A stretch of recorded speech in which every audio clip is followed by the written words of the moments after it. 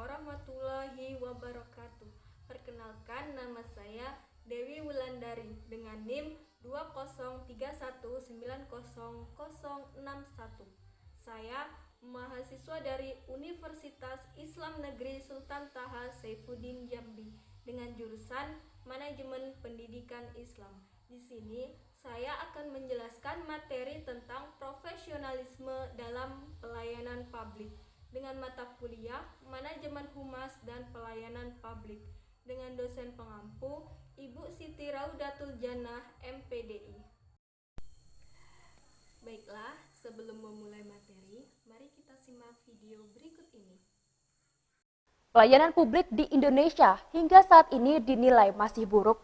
Tolak ukurnya, pemerintah membentuk Satuan Tugas atau Satgas Sapu Bersih Pungli, serta banyak keluhan terhadap pelayanan publik dari masyarakat ke Ombudsman Republik Indonesia, yang diyakini sebagai salah satu penyebab masih tingginya angka korupsi. Keluhan masyarakat terhadap pelayanan publik ke Ombudsman RI setiap tahun bertambah. Tahun 2015, Ombudsman RI secara nasional menerima 6.543 laporan dari masyarakat.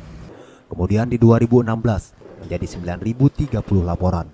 Di 2017 ini diprediksi laporan yang diterima Ombudsman RI lebih dari 10.000. Laporan terbanyak soal pelayanan publik pemerintah daerah.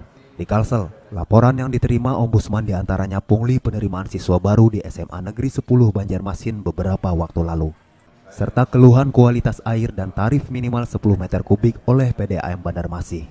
Hal ini dikatakan Ketua Ombudsman RI Amzulian Rifai usai menandatangani nota kesepahaman dengan Gubernur Kalsel Sabiri Nur di Gedung Mahligai Pancasila Banjarmasin Jumat pagi.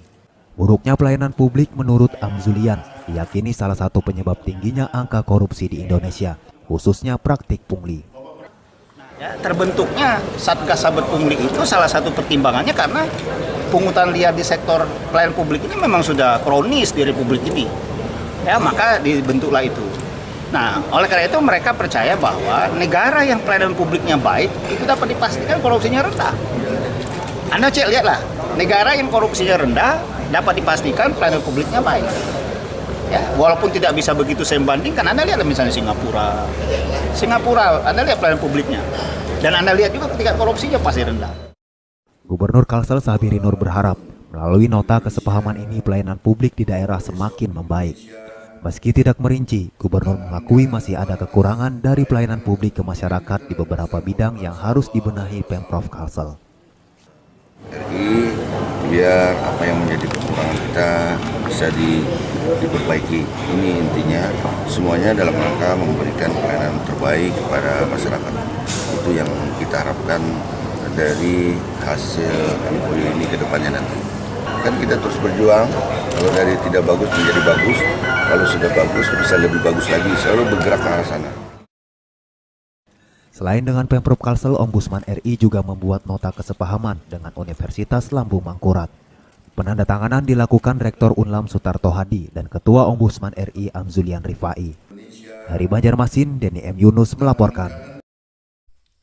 Dari video tersebut dapat kita simpulkan bahwa pelayanan publik di Indonesia masih sangat buruk.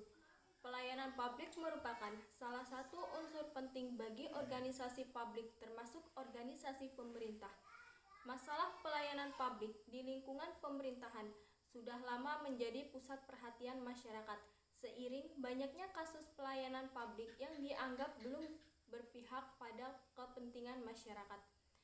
Hal ini menunjukkan kualitas pelayanan yang diberikan pemerintah belum menunjukkan hasil yang memuaskan bagi masyarakat. Pelayanan yang berbelit-belit, lambat, tidak ramah, serta tidak jelas waktu penyelesaiannya, dan tidak jelas biaya pelayanan merupakan bukti nyata bahwa kualitas pelayanan yang diberikan aparatur pemerintah masih rendah dan belum berkualitas. Untuk lebih jelasnya, mari kita simak video materi tentang pelayanan publik berikut ini. Pelayanan publik merupakan bentuk pelayanan yang diberikan oleh pemerintah kepada masyarakat yang bertujuan untuk memenuhi kebutuhan masyarakat umum. Lalu, bagaimana sih standar pelayanan publik yang baik? Menurut Undang-Undang Nomor 25 Tahun 2009, prinsip sederhana, konsistensi, partisipatif, akuntabel, berkesinambungan, transparansi, dan juga keadilan. Namun, kenyataannya, tingkat kepatuhan pemerintah dalam memenuhi kebutuhan standar pelayanan publik masih rendah. Dari standar pelayanan di 25 kementerian menunjukkan, dan di dalam zona hijau sebanyak 44% atau 11 kementerian dengan predikat kepatuhan tinggi, dan 48% atau 12 kementerian masuk dalam zona kuning, yaitu dengan predikat kepatuhan sedang. 8% atau 2 kementerian masuk dalam zona merah dengan predikat kepatuhan rendah. Sehingga hal ini mendorong masyarakat untuk mendapat kemudahan akses ganti yang lebih cepat dengan cara menyuap oknum-oknum tertentu. Hal ini mendorong oknum untuk terus melakukan korupsi berbentuk lain secara terus-menerus dan akhirnya membudaya di masyarakat. Sebenarnya, langkah-langkah pencegahan dan penanganan korupsi di Indonesia sudah diupayakan dengan cara penyederhanaan pelayanan publik. Salah satu contohnya yaitu penerapan e-government berdasarkan teknologi informasi dan mengedepankan prinsip-prinsip transparansi dalam penyelenggaraannya.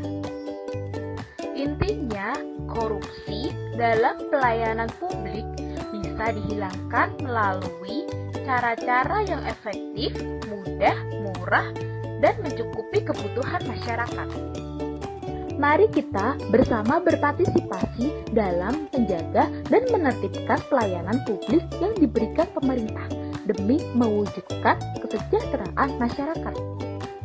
Kalau bukan sekarang, kapan lagi?